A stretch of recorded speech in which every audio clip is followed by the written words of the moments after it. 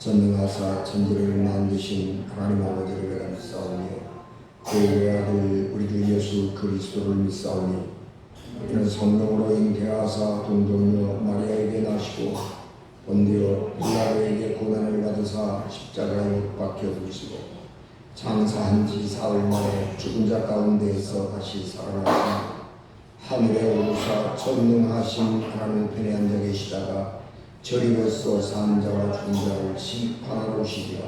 성령을 믿사오며 거룩한 공예와 성도가 서로 교통하는 것과 죄를 사하여 주시는 것과 몸이 다시 사는 것과 영원히 사는 것을 믿사오나이다. 아멘.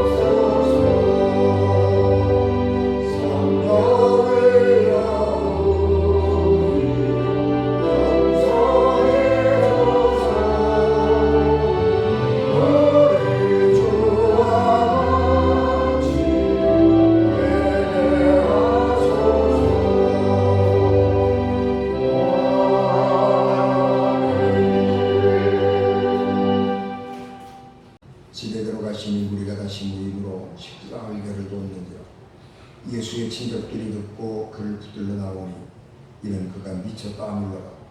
예루살렘에서 내려온 서기관들은 그가 바알세불이 집혔다 하며 또 귀신의 왕을 이루고 귀신을 쫓아낸다 하니 예수께서 그들을 불러다가 비유로 말씀하시되 사탄이 어찌 사탄을 쫓아낼 수 있느냐.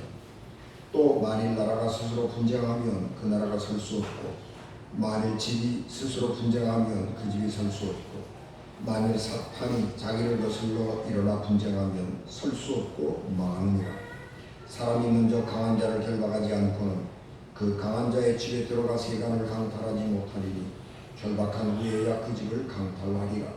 내가 진실로 너희에게 이르노니 사람의 모든 죄와 모든 모독하는 이 일은 사하심을 얻되 누구든지 성령을 모독하는 자는 영원히 사하심을 얻지 못하고 영원한 죄가 되느니라 하시니 이는 그들이 말하기를 더러운 귀신이 들렸다 하니라. 그때에 예수의 어머니와 동생들이 밖에 서서 사람을 보내어 예수를 부르니 우리가 예수를 둘러 앉았다가 여짜오되 보소서 당신의 어머니와 동생들과 너희들이 밖에서 찾나이다. 대답하시되 누가 내 어머니며 동생들이냐 하시고 둘러앉은 자들을 보시며 이르시되 내 어머니와 내 동생들을 보라. 누구든지 하나님의 뜻대로 행하는 자가 내 형제요 자매요 어머니니라. 아멘. 기도하겠습니다. 은혜가 충만하신 하나님, 거룩한 아침 하나님께서 성령을 충만하게 하시고 예배하는 우리들 가운데 왕래하시며 말씀을 듣고 깨닫게 하옵소서. 들을 길 주시고 그 말씀이 우리의 생명에 새겨지게 하시며 입을 간 종의 성령을 갑절로 더하옵소서. 예수님 이름으로 기도하옵나이다. 아멘. 오해라는 말은 사실을 그릇되게 해석하거나 뜻을 잘못 안다, 그런 뜻을 가진 단어입니다.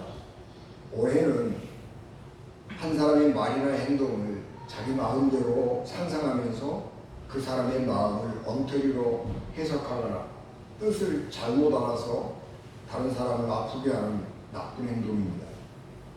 오해를 받는 사람 입장에서 오해가 굉장히 힘들고 어려운 것은, 오해는 직접 관계가 있는 사람들 사이에서 발생하는 것이고 잘 아는 사람들 사이에서 발생하는 것이기 때문에, 그 오해라고 하는 것은 그것을 그 오해를 받는 사람 입장에서는 여러 모양으로 불이익과 손해를 감당할 수밖에 없는 거죠. 그리고 또 그 가까운 사람들이고 관계를 지속해야 되는 사람들이기 때문에 이 오해를 어떻게 하든지 풀어야 되는데, 그 오해를 푸는 데는 상당한 정도로 시간과 노력이 필요한 것입니다. 그래서 이 오해라고 하는 것은 상당히 힘들고 어려운 것입니다.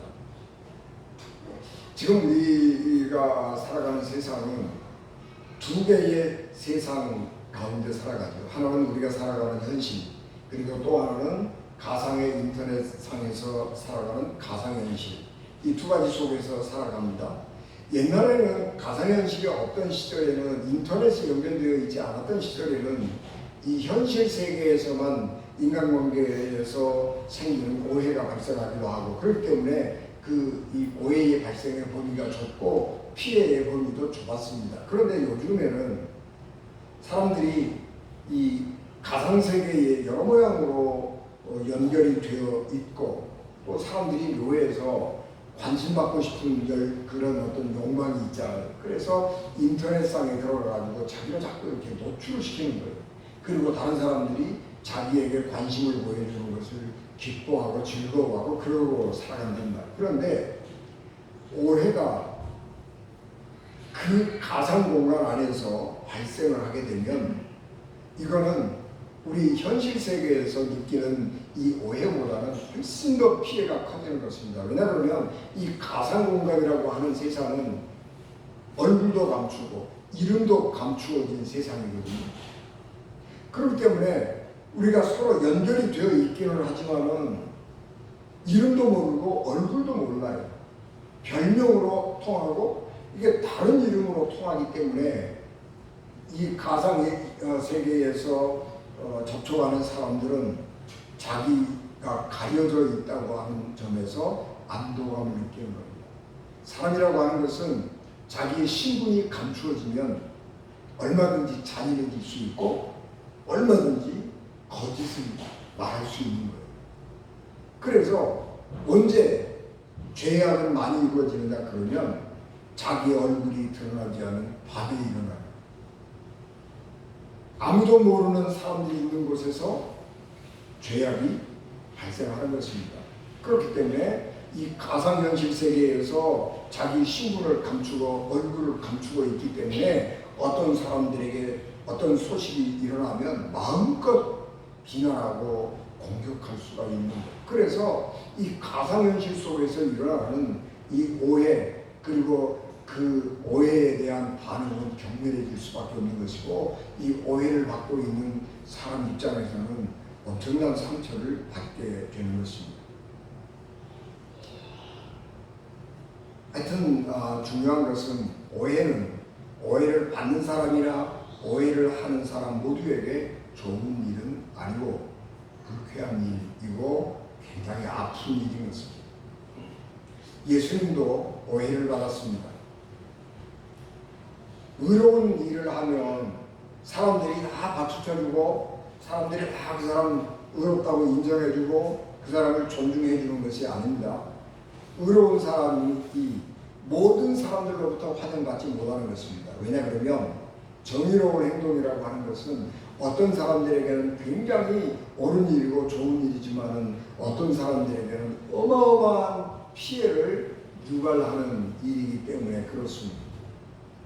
그래서 누군가의 정의로운 행동 때문에 어떤 사람이 큰 피해를 입게 되는데 그 피해를 입은 사람들에게는 이 정의를 행하는 사람이 원수가 되는 겁니다.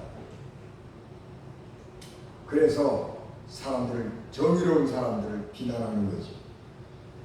예수님께서 공생애를 시작하시면서 정말 분주하게 사셨습니다.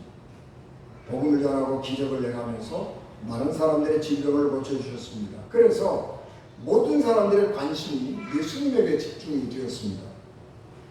그러므로 예수님에게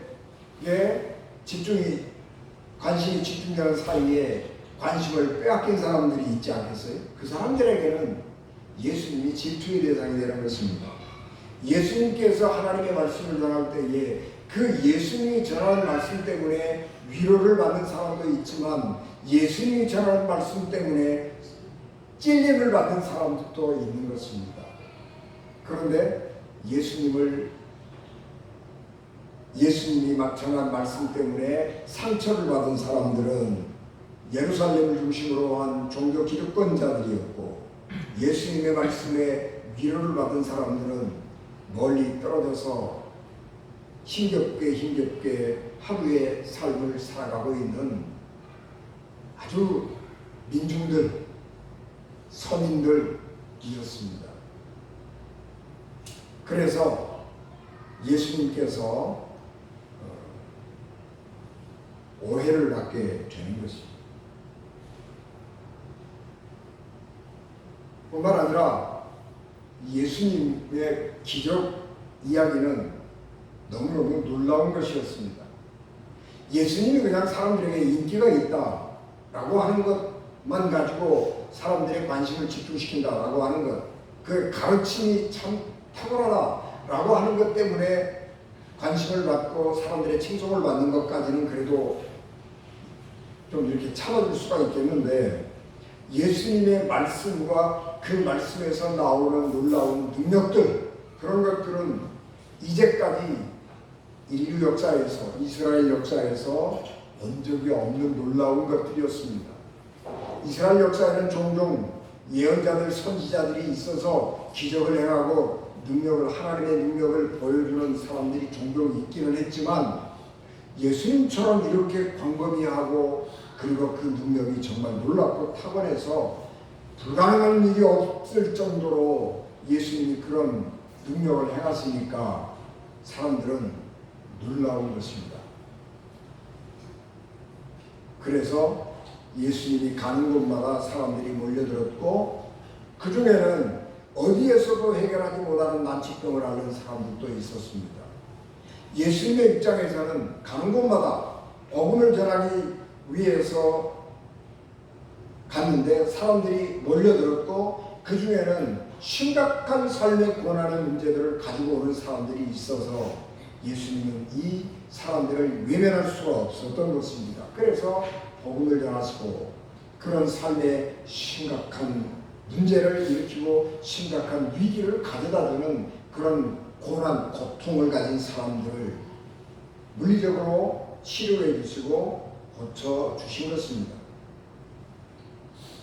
그래서 예수님은 영과 육을 동시에 치유했는데, 예수님의 이런 성심, 거룩한 마음과 예수님의 이 자비로운 마음, 그리고 그의 그런 행동은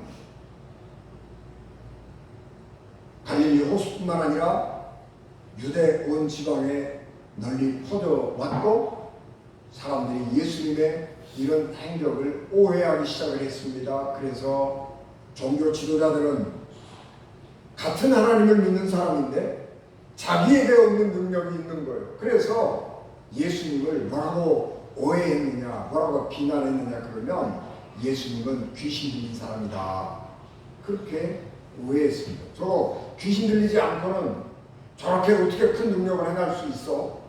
라고 하는 생각입니다. 그래서 바알세불, 귀신의 왕 사탄이 들린 사람이다, 그렇게 예수님을 비난했습니다.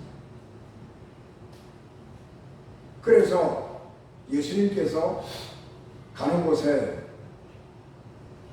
예수님의 이 소문을, 잘못된 소문을 듣고 두 사람이 찾아왔습니다. 하나는 예루살렘으로부터 대제사장들의 파견을 받은 서기관들이 예수님의 소문이 진짜인가 가짜인가라고 하는 것을 확인하기 위해서 예수님의 행적을 지켜보고 있는 사람들이 있었고, 또한 무리의 사람들은 예수님이 미쳤다고 하는 소식을 듣고 가족들이 예수님이 정말로 미쳤는지, 미쳤으면 잡아가야죠, 그래서 예수님이 있는 곳에 가족들이 몰려왔습니다. 그래서 예수님께서 이 두 사람들에게 오해를 풀어야 되는 거예요. 내가 미친 사람이 아니고 내가 귀신 들린 사람이 아니라고 하는 오해를 두 사람들에게 풀어줘야 되는 거예요. 그런데 예수님은 내가 귀신 들린 게 아니고 그렇게 말씀을 하시는 것이 아니고 비유를 들어서 설명을 하십니다. 먼저 예루살렘으로부터 파견을 받고 예수님의 행적을 정탐하러 온 서기관들을 향해서 두 가지의 비유를 들어서 설명했습니다. 하나는 사탄이라고 할지라도 분열하고 싸우면 나라가 온전하게 설 수 없다. 너희들이 말하는 것처럼 내가 사탄의 왕 바알세불을 지펴서 바알세불에 사로잡혀서 이런 능력을 행한다고 하면 귀신하고 귀신들끼리 싸우는 것인데 그 귀신들의 나라가 온전할 수 있겠느냐.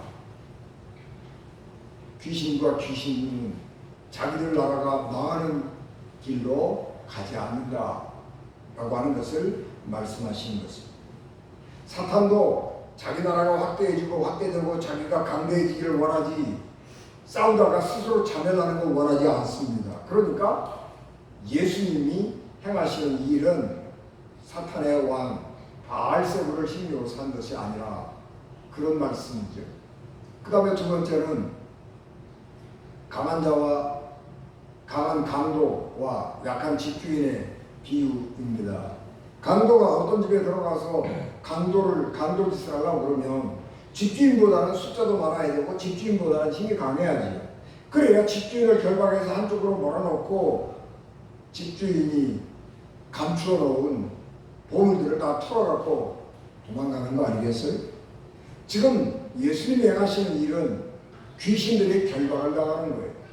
예수님이 사탄들이 살고 있는 곳에 가셔서 그 사탄들을 결박하고 사탄들을 묶어놓고 사탄에게 속해 있는 귀신꾼들을 빼오는 거예요. 귀신들이 악한 영들이 사람들을 사로잡아가지고 사람들을 불편하게 만들고 망하게 만들고 사람들이 고통스럽게 만드는데 예수님께서 하나님의 능력을 가지고 찾아가셔서 그 사람들을 힘들게 하고 있는 그 사탄 귀신들을 결박하고 그 귀신들에게 결박되어 있는 하나님 사람들을 빼앗아서 하나님의 백성으로 만들고 있는 것입니다. 그래서 지금 예수님께서 하시는 일은 뭐냐 그러면 강하다고 생각한 사탄들을 내가 지금 결박하고 승리하고 있다라고 하는 말씀을 하는 것입니다. 그래서 사람들은 예수님의 말씀을 들으면서 예수님은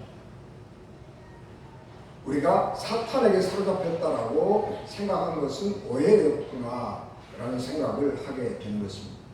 여러분, 우리는 고정적으로 어떤 관념을 갖고 있느냐 그러면 사탄은 힘이 강하다, 무섭다, 그런 고정관념을 가지고 살아요. 하나님을 무섭다라고 생각을 하지 않지만 우리 고정관념은 사탄은, 귀신은 무서운 것이다 그런 생각을 해요. 그래서 귀신 만날까 봐 두려운 것이고 귀신이 나타나면 절도해버리는 거예요. 너무 무서워서. 그런데 사실에 있어서는 모든 면에서 하나님은 사탄보다 강한 분인 것입니다. 그럼에도 불구하고 사람들은 거짓에 속아 있는 거예요. 사탄보다 하나님이 더 무섭다 그런 생각을 하고 사는 것입니다. 그러나 지금 세계 곳곳에서 선교사님들이 세계 선교 현장에서 영적 전쟁을 벌이고 있고 지금도 하나님의 나라는 확장되어 가고 있습니다. 그래서 예수님은 공생의 처음부터 사람들이 두려워하는 사탄을 결박하고 사탄에게 사로잡혀 있던 불쌍한 영혼들을 하나님의 백성으로 삼아 구원하십니다. 그러므로 우리는 사탄을 두려워해서는 안 됩니다. 하나님의 능력을 믿어야 합니다. 그리고 두 번째로 예수님을 찾아온 가족들을 향하여 말씀하십니다. 예수님도 너무너무 분주하게 살아서 밥 먹을 시간도 없을 만큼 분주하게 사셨습니다. 그러니까 가족들이 생각할 때 예수님이 집을 떠났거든요. 자기 집을 떠나가지고 자기 집을 돌아보지 않고 받아들이고 장난인데 가족들 돌아보지 않고 나가서 돌아다니는 거예요. 돌아다니면서 옳은 소리 하고 사람들에게 좋은 일 하고 다니는 건 알아요. 그런 소문은 들었어요. 그런데 그렇게 착한 일하고 그런 좋은 일 하고 다니면 돈벌이가 잘 돼야 되잖아요. 그런데 예수님은요, 그런 걸 하고 돈을 안 받는 거예요. 그러니까 예수님은요, 이 돈벌이도 안 되는 일, 밥벌이도 안 되는 일을 하고 다니면서 밥 먹을 시간도 없이 바쁘게 싸우고 다니는 거예요. 그러니까 저거 정신 나갔지, 저거도. 아니, 저렇게 좋은 일 하고 다니면서 집 앞벌이도 못하고 산단 말이야? 저 정신 나간 짓 하고 다니는 거예요. 헛짓 하고 다니는 거예요. 아니, 뭐 좋은 일 했으면 돈이라도 잘 벌어야지. 좋은 일 했으면 사람들에게 내가 이렇게 해줄 줄 알아. 그 대신 나한테 수고비를 대가로 이만큼 줘야지. 뭐 그렇게 있어야 되는데 예수님은 좋은 일 해가지고요. 다른 사람들한테 도무지 뭘 요구하지를 않는 거예요. 그런 바보 같은 짓이 어디 있어요. 그러니까 예수님의 가족들이 와가지고 예수님을 미쳤다고 생각을 하고 잡으러 오는 거예요. 그런데 그 가족들을 향해서 예수님께서 하시는 말씀은 뭐냐 그러면 누가 내 부모고 형제고 가족이냐? 하나님의 뜻대로 행하는 사람이 내 부모고 내 진짜 가족이다 라고 말씀을 하시면서 나는 지금 내 가족을 돌보는 일을 하는 것이 내 인생의 목적이 아니고 하나님의 가족을 만들고 그리고 그 하나님의 가족을 확장하는 것이 내가 하고 있는 일이다 라고 하는 것을 가족들에게 알려주는 것입니다. 하나님의 뜻대로 행하는 사람은 하나님의 가족입니다. 부모로부터 피와 살을 나누어 가진 사람만이 가족이 아닙니다. 하나님의 가족은 예수님의 말씀을 듣고 그대로 실천하는 사람이 하나님의 가족입니다. 우리는 이 말을 잘 이해가 안 되는 경우가 많이 있죠. 그런데 요즘에 우리 사회가 너무 복잡해지고 다양해지면서 가족이라고 하는 개념이 확장되어 가고 있습니다. 그래서 우리가 옛날에는 혈연을 중심으로 한 집에 뭉쳐있는, 모여있는 사람이 가족이다 그랬어요. 가정이다, 가족, 가정, 그거 다 비슷하게 사용하는 말인데 집 아래, 한 지붕 아래에 모여 살고 있는 가정, 한 지붕 아래 정원을 이루고 있는 그게 가족이고 한 지붕 아래에 피가 섞인 사람들이, 피를 나눈 사람들이 모여 있는 것이 가족이에요. 그래서 우리가 좀 가족이 옛날에는 대가족이니까 한 집에 다 사람체 안채 뭐 뒷집 안방 뭐 이렇게 해가지고 뭐 아버지 할아버지 큰아들 작은아들 이렇게 다 살았잖아요. 그게 가족이죠. 그런데 지금은 이제 그거는 아니죠. 넓어졌어요. 그래서 같은 공간 안에 살지 않더라도 피를 나누는 사람들이 가족이다 그런 생각을 했는데 요즘에는 사회가 너무 복잡해지고 다양해지면서 그런 것들이 잘 안 돼요. 같은 피를 나누는 가족인데 저 외국에 살고 있으면요 이게 가족이라고 그래서 전화 한 통 하고 말지 위급할 때 전혀 도움이 안 돼요. 문제가 생기면 전혀 도움이 안 된다고요. 그러니까 누가 도움이 돼? 가까이 있는 사람들이 도움이 되잖아요. 그래서 다양한 대안가족들이 나오게 되는 거죠. 그래서 큰 집을 하나 빌려가지고 주방을 공유하고 그리고 방을 이렇게 각각 나눠서 쓰고 이런 것들도 또 저녁도 같이 먹고 모여 앉아서 텔레비도 같이 보고 이러면 가족이다, 대안가족이라고 그러는 거죠. 또 어떤 경우에는 동성이 결혼해가지고 부부라고 남자가 결혼해가지고 여자가 결혼해가지고 우리 부부라고 그러고 한 집에서 산다. 이것도 대안가족이라고 인정을 해주는 시대가 됐단 말입니다. 하나님의 가족도 같은 개념이에요. 가족이라고 하는 것은 우리가 지금 여러 가지 사회가 문제가 많이 되고 이렇게 다원화되면서 핵가족도 깨져버렸잖아요. 그래서 가정이라고 하는 게 뭐냐 그러면 지금 소비공동체예요. 돈 벌어가지고 각각에 다 나가가지고 돈 벌어가지고 돈 쓰는 재미에 사는 거예요. 그게 소비공동체란 말이에요.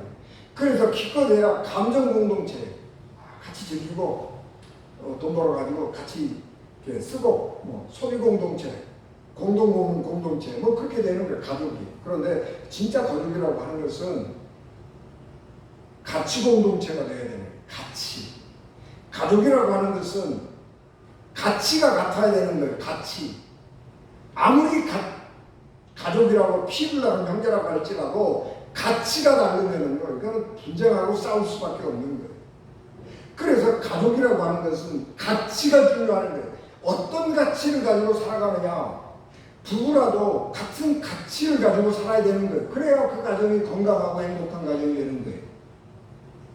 부부라고 할지라도 가치관이 다르면 안 되는 거예요. 거기에는 분열, 싸움밖에 없는 거예요. 그래서 가정에서 중요한 것은 가치 공동체가 되는 거예요. 같은 생각을 가지고 같은 지역, 같은 곳을 바라보는 거예요. 여러분, 가정이라고 하는 것은 부부라고 하는 것은 나는 너만 사랑할 테니까 너는 나만 사랑해. 그리고 마주보는 게 부부가 아니에요. 그렇게 하면요 못 살아요. 사람이 속박해가지고요 답답해서 숨 막혀 죽는 거예요. 가족이라고 하는 것은, 부부라고 하는 것은 같은 가치를 가지고 같은 목표를 향해서 같이 바라보는 거예요. 그래서 둘이가 힘을 합해서 같은 목표를 이루어내는 거예요. 그게 가정이에요. 그게 부부란 말이에요. 하나님의 교회는 가치 공동체. 예수 그리스도를 믿고 예수 그리스도를 섬기고 하나님을 예배하는 가치 공동체. 그래서 이 교회 안에는 크든지 작든지 간에 우리가 같은 가치, 같은 믿음을 공유하고 있는 거예요. 그래서 그것이 하나님의 공동체가 되는 것이고 하나님의 가족이 되는 겁니다. 그런데 예수님이 그 남들이 볼 때 헛짓 같은데 돈벌이도 안 되고 집 밥벌이도 못하는 그런 일들을 하면서 사람들이 보기에는 이상하게 보일지 모르지만 예수님은 그것을 향해서 가고 있는 것입니다.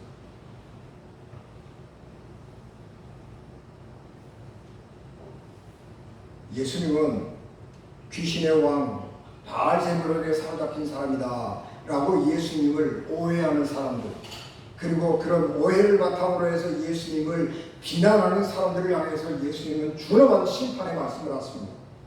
그것은 절대 용서받지 못할 죄가 있는데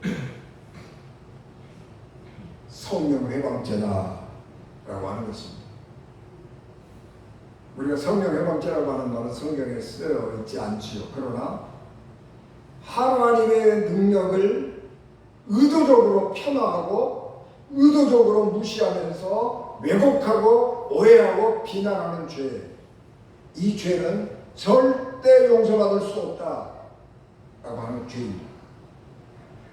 자기의 이권이 침해당한다고 해서 예수님을 의도적으로 폄하하고 성령의 증거를 보면서도 고의적으로 그 성령의 증거를 악한 영들이 하는 것이라고 의도적으로 폄하하고 비난하면 그것은 용서와 회개의 기회를 가질 수 없는, 영원한 멸망받을 수밖에 없는, 구원받을 기회를 잊어버리는 죄다라고 하는 것입니다. 성경에는 용서받을 수 있는 죄와 용서받지 못하는 죄가 있다고 말씀합니다. 하나님은 예수님께서 십자가에 달려 돌아가심으로 해서 이 세상에 용서받지 못할 죄가 없어요. 세상의 모든 죄는 다 용서받아요. 어떤 죄를 지은 사람이라도 그가 회개하고 예수 그리스도를 구주로 영접하면 용서를 받고 구원을 받는 것입니다. 그런데 용서받지 못할 죄가 있다 말씀하십니다. 우리가 공부한 마가복음 3장 28절 29절 내가 진실로 너희에게 이르노니 사람의 모든 죄와 모든 모독하는 일은 사하심을 얻되 누구든지 성령을 모독하는 자는 영원히 사하심을 얻지 못하고 영원한 죄가 되느니라. 요한일서 5장 16절 17절 누구든지 형제가 사망에 이르지 아니하는 죄 범하는 것을 모든 구하라. 그리하면 사망에 이르지 않은 죄를 이르지 않은 범죄자들을 위하여 그에게 생명을 주시리라. 사망에 이르는 죄가 있으니 이에 관하여 나는 구하라 하지 않노라. 모든 불의가 죄로되 사망에 이르지 아니하는 죄로 있도다. 사도 요한이 사망에 이르는 죄, 용서받지 못하는 죄가 있는데 그 죄를 범하는 사람들을 위해서 나는 기도해라고 말하지 않는다는 거예요. 그거는 기도해봐야 용서받을 수 없는 죄. 예. 그 죄의 예가 오늘 우리가 봉독한 말씀, 성령을 의도적으로, 하나님의 사역을 의도적으로 고의적으로 폄하하고 비방하고 오해하고 회방하는 일.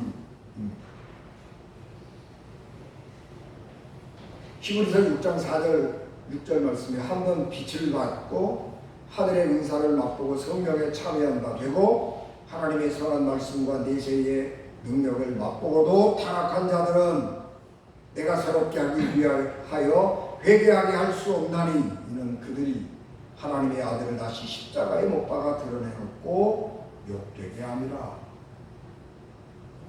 예수님을 십자가에 다시 못 박는 일, 그리고 예수님을 욕되게 하는 일, 그것은 용서받을 수 없는 죄다 라고 하는 것입니다.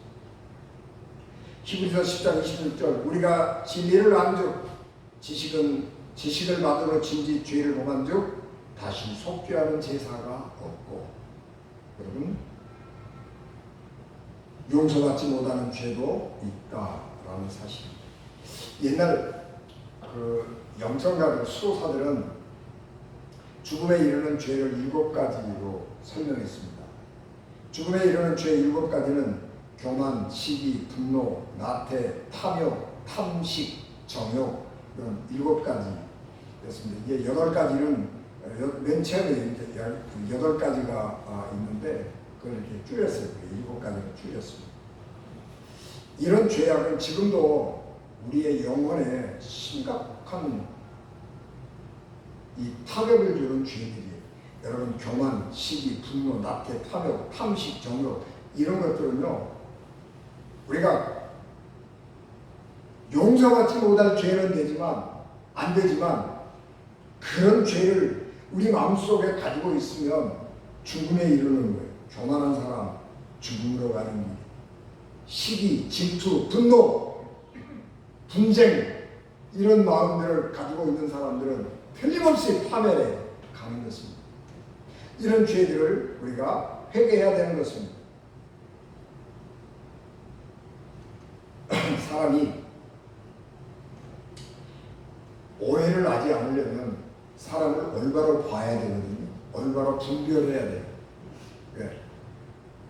믿음도 그렇고 그 사람의 진실이 뭐냐 하는 것을 분별할 때에 기준이 여러 가지가 있어요. 그 기준을 제공한 사람들이 우리 역사에서 영성 역사에서 몇 사람들이 있는데 우리 존 웨슬리 목사님은 2가지로 말합니다. 사람을 분별하는, 사람의 영혼의 진실을 분별하는, 그 사람이 말하고 있는, 그 사람이 가지고 있는 신앙이 진짜냐 가짜냐 하는 것을 분별하는 기준은 2가지가 있는데, 하나는 그가 말을 어떻게 하고 있느냐라고 하는 것, 2번째는 그가 어떤 행동의 열매를 맺고 있느냐 하는 2가지. 그의 말이 확신 있고 진실하면 일단 들어주는 거예요. 우리가 예수 그리스도를 믿었어요. 그런데 내가 고백하는 거예요. 나는 하나님을 믿습니다. 그리고 하나님이 나를 구원하신 분인 줄 믿습니다. 그렇게 고백하는 거예요. 그래서 사도 바울은 입으로 시인하여 구원을 받는다. 그렇게 말씀했어요. 그런데 말만 가지고는 안 돼요. 말은 그럴듯하게 하는 사람이 있는데 행동이 못 따라주는 사람이 있어요. 행동을 봐야 돼요. 그 행동은 뭘 보느냐 그러면 성령의 열매가 맺느냐 안 맺느냐, 성령의 9가지 열매가 맺느냐 안 맺느냐, 그걸 보는 거예요. 성령의 9가지 열매는 영적인 열매일 수도 있지만 그것은 표현이 될 때에 윤리적인 것으로 표현이 되는 거예요. 그래서 그의 삶이 영적이냐 아니냐를 우리가 알 수가 없는데 윤리적으로 어떤 열매를 맺고 사느냐 하는 것을 보면 그 사람이 어떤 영성을 가지고 사느냐 하는 것을 아는 거예요. 그래서 성령의 9가지 열매가 그 삶에서 맺혀지느냐 아니냐, 그거를 보면 돼. 그 2가지를 보면 돼. 그가 얼마나 성경 말씀에 합당한 말을 하고 있는지, 성경 말씀이 말씀하고 있는 그런 믿음의 확신을 가지고 있는지, 성경 말씀에 합당한 말을 하고 있다. 오케이. 그 다음에 2번째, 그가 성령의 열매를 맺고 있다. 2개가 맞으면 그 사람은 진짜야, 그런 거예요. 근데 그게 안 맞으면 가짜예요. 이런 기준을 갖고 있지 않으면 우리는 속은 경우가 굉장히 많아요. 속아요. 여러분들이 한국 교회가 이런 어지러운 상황 가운데 있잖아요. 왜 이런 어지러운 상황이 오느냐 그러면 지금까지 이런 분별을 안 했어요. 말만 그럴듯하게 하는 사람이 있으면 은혜 받는다고 그 사람 열심히 쫓아다니겠어요. 그런데 말 간단해서 부흥회하고 설교할 때는 뭐 천사같이 말을 하지만 밖에 나가서 하는 행동을 보면 개판치는 사람들이 얼마나 많은지 몰라요. 여러분 속으면 안 되는 거예요. 장경동 또 누구죠? 그 사랑제일교회 말은요 천사같이 해요. 그런데 나가서 하는 짓을 보시라고요. 정치하잖아요. 정당 대표 하잖아요. 목사는 목사예요. 정당 하려고 그러면 목사 그만두고 나가서 정치하면 되지. 사람들 끌어모아가지고 뭐 하는 짓이야? 하나님 영광 가리고 교회 망신시키고 목사 망신시키고 말과 행동이 다르잖아요. 속으면 안 되는 거예요. 지금 우리가 다 속았어요. 그렇게. 그래서 교회가 그리스도인들이 비난받는 거예요. 이걸 봐야 돼. 앞으로 이런 일들이 더 많이 중요해질 거예요.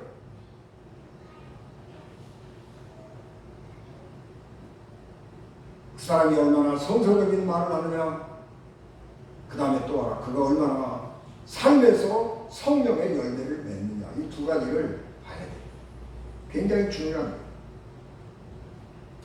아무리 교회에 나와서 천사 같은 말을 하고 교회 봉사를 열심히 잘하고 교회에다가 헌신봉사, 충성봉사 다 할지라도 바깥 나가서 세상에 나가서 사는 삶이 얼마나지 못하면 그 믿음 가짜라는 거예요.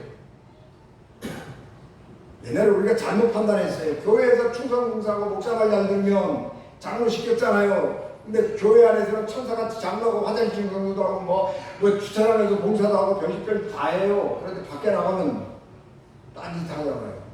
그래서 장로가 뭐 저래? 예수 믿는 사람이 뭐 저래? 그러고 비난받았잖아. 여러분 우리가 이 죽음에 이르는 죄에 빠지지 않도록 우리가 늘 하나님의 말씀의 길을 기울여야 하는 것입니다. 그래서 우리 성령의 역사하심에 우리를 맡기고 마음을 맡기고 순종해서 하나님의 구원의 완성에 이르는 믿음의 사람이 되어야 하는 것입니다. 바로 그런 구원의 길을 향해 가는 우리 은인가족 되시기를 주 예수 그리스도로 축복합니다. 기도하겠습니다. 은혜가 충만하신 아버지 하나님, 넘치는 은혜와 사랑을 저희들에게 충만하게 하옵시고 우리로 하여금 하나님 주신 생명의 양식이 넘치게 하옵시고 또한 생수가 강같이 우리 배 안에서 흘러나게 하셔서 다른 사람들을 살리고 다른 사람들에게 위로를 주고 다른 사람들을 유익하게 할 뿐만 아니라 하나님을 영화롭게 하는 성령의 열매가 우리 삶에 많이 맺히게 하옵소서. 예수님 이름으로 기도하옵나이다. 아멘.